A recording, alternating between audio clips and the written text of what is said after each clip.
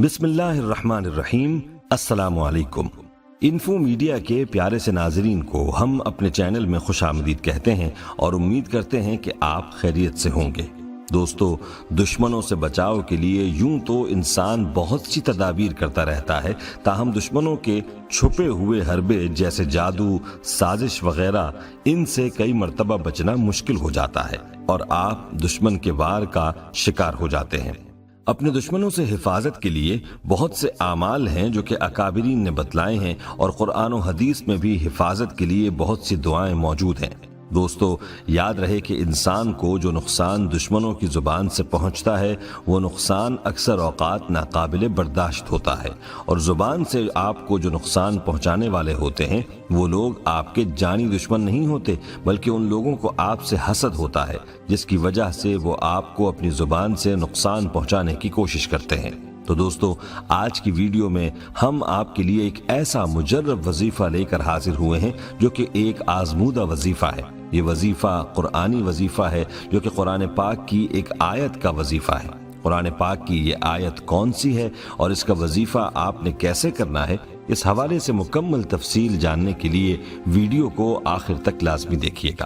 دوستو، اصل موضوع کی جانب بڑھنے سے پہلے آپ سے درخواست ہے کہ اگر آپ ہمارے چینل انفو میڈیا کی ویڈیو پہلی بار دیکھ رہے ہیں اور ابھی تک آپ نے ہمارا چینل سبسکرائب نہیں کیا تو ابھی ہمارا چینل سبسکرائب کریں اور ساتھ ہی لگے بیل کے بٹن کو بھی پریس کریں تاکہ آپ کو مستقبل میں ہماری اپلوڈ ہونے والی مزید ویڈیوز کا نوٹیفیکیشن ملتا رہے۔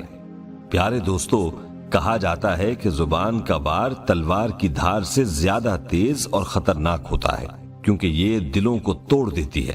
دوستو، اس لیے ہمیں چاہیے کہ کسی پر طنز کرنے کا کتنا اچھا موقع کیوں نہ ہو اور آپ کی خواہش اور خوشی اسی میں ہو کہ اس کو تانوں کا نشانہ بنایا جائے، لیکن پھر بھی آپ چند لمحے ٹھہر کر سوچ لیا کریں کہ آپ کی چند لمحوں کی خوشی کسی دوسرے کے دل میں کتنا گہرا گھاؤ لگا دے گی، کیونکہ زبان اگرچہ تلوار نہیں پر تلوار سے زیادہ تیز ہے۔ بات اگرچہ تیز نہیں مگر تیر سے زیادہ زخمی کرتی ہے۔ کسی کی دل شکنی کے بعد دل جوئی کے ہزاروں طریقے ہیں، مگر کوئی بھی طریقہ اختیار کیا جائے مگر اس زہر کا اثر زائل کرنا محال ہوتا ہے، کیونکہ صرف ہاتھوں سے لگائے گئے زخم گہرے نہیں ہوتے بلکہ زبان سے لگائے گئے زخم زیادہ گہرے ہوتے ہیں۔ یہی وجہ ہے کہ وہ شخص آپ کا دشمن ہے جو کہ آپ کو اپنی زبان سے پریشان کرتا ہے۔ ظاہر بات ہے کہ آپ پر زبان سے وار وہی کرے گا جس کو آپ سے حسد ہوگا، اور یہی اس کی آپ سے دشمنی کی نشانی ہے، کیونکہ وہ کوئی ایسا موقع ضائع نہیں کرتا جس سے وہ آپ کو طنز کا نشانہ نہ بنائے۔ اس لیے ایسے دشمن سے اپنے آپ کو دور رکھیں، اور ایسے ہی دشمن کی زبان بندی کے لیے ہم آپ کے لیے آج وظیفہ لائے ہیں۔ دوستو، آج کل کی دشمنی میں جتنا نقصان بندے کو زبان سے پہنچایا جاتا ہے اتنا ویسے نہیں پہنچایا جاتا۔ جو آپ کا دشمن ہوگا وہ آپ کو بھی اپنی زبان سے پریشان کرے گا، اور اسی طرح سے اس کی زبان پر ہر وقت آپ کی بدخواہی ہوگی، جس کی وجہ سے وہ کسی کو آپ کے خلاف کرنے کی کوشش کرے گا، ہر کسی کے سامنے آپ کو ذلیل کرنے کی کوشش کرے گا۔ لہٰذا زبان سے جو نقصان دشمن دیتا ہے وہ زیادہ خطرناک ہوتا ہے۔ یہی وجہ ہے کہ ہم آپ کو جو وظیفہ بتانے جا رہے ہیں وہ زبان بندی کا وظیفہ ہے، تاکہ آپ کا دشمن نہ تو آپ کو اپنی زبان سے کوئی نقصان پہنچا سکے اور نہ کسی اور کو آپ کے خلاف بھڑکا سکے۔ اس کی زبان پر ایسا تالا لگ جائے کہ وہ آپ کے خلاف کسی قسم کی منصوبہ سازی نہ کر سکے۔ دوستو، آئیے اب آپ کو بتاتے ہیں کہ آپ نے یہ وظیفہ کیسے کرنا ہے۔ اس وظیفے کا طریقہ بہت ہی آسان ہے۔ یاد رہے کہ یہ وظیفہ بہت ہی مجرب ہے اور کئی لوگوں کا آزمایا ہوا وظیفہ ہے، اس لیے آپ نے اس کو پورے یقین کے ساتھ کرنا ہے اور صرف جائز مقصد کے لیے کرنا ہے۔ کسی ناجائز مقصد کے لیے اس وظیفے کی اجازت نہیں ہے۔ اس طریقے کو غور سے سماعت کریں۔ سب سے بنیادی بات یہ ہے کہ آپ نے اس وظیفے کو باوضو حالت میں کرنا ہے۔ بغیر وضو اس وظیفے کی اجازت نہیں ہے۔ سب سے پہلے درود پاک کو 11 بار پڑھیں، اور اس کے بعد آپ نے قرآن پاک کی یہ آیت صم بکم عمی فہم لا یعقلون 41 مرتبہ پڑھنی ہے، اور آخر میں درود پاک دوبارہ سے 11 مرتبہ پڑھنا ہے۔ یاد رہے کہ یہ وظیفہ شروع کرنے سے پہلے بھی آپ نے یہ نیت کر لینی ہے کہ یہ عمل آپ فلاں شخص کی زبان بندی کے لیے کر رہے ہیں، اور وظیفے کے دوران بھی آپ نے مطلوبہ شخص کا تصور کر کے وظیفہ کرنا ہے۔ اور جب آپ اس آیت کا ورد کریں تو آپ نے اپنے ہاتھ کے ساتھ زمین پر ضرب لگانی ہے، یعنی 41 بار آیت پڑھنی ہے تو 41 بار ہی آپ نے اپنے ہاتھ کے ساتھ زمین پر ضرب لگانی ہے۔ اس عمل کو آپ نے کم از کم 7 دن تک کرنا ہے اور زیادہ سے زیادہ 21 دن تک۔ انشاءاللہ اس عمل کی برکت سے آپ کا جو بھی دشمن ہوگا اس کی زبان آپ کے خلاف نہیں چلے گی اور اس کی زبان کو اللہ آپ کے خلاف بند کر دے گا۔ دوستو، یاد رہے کہ اس عمل کو گھر میں اگر کسی کی زبان دراز ہو تو اس کے لیے بھی کیا جا سکتا ہے، لیکن اس کے لیے نیت یہ ہونی چاہیے کہ اس کو اللہ کی طرف سے یہ ہدایت مل جائے کہ وہ اپنی زبان درازی سے کسی کو پریشان نہ کرے۔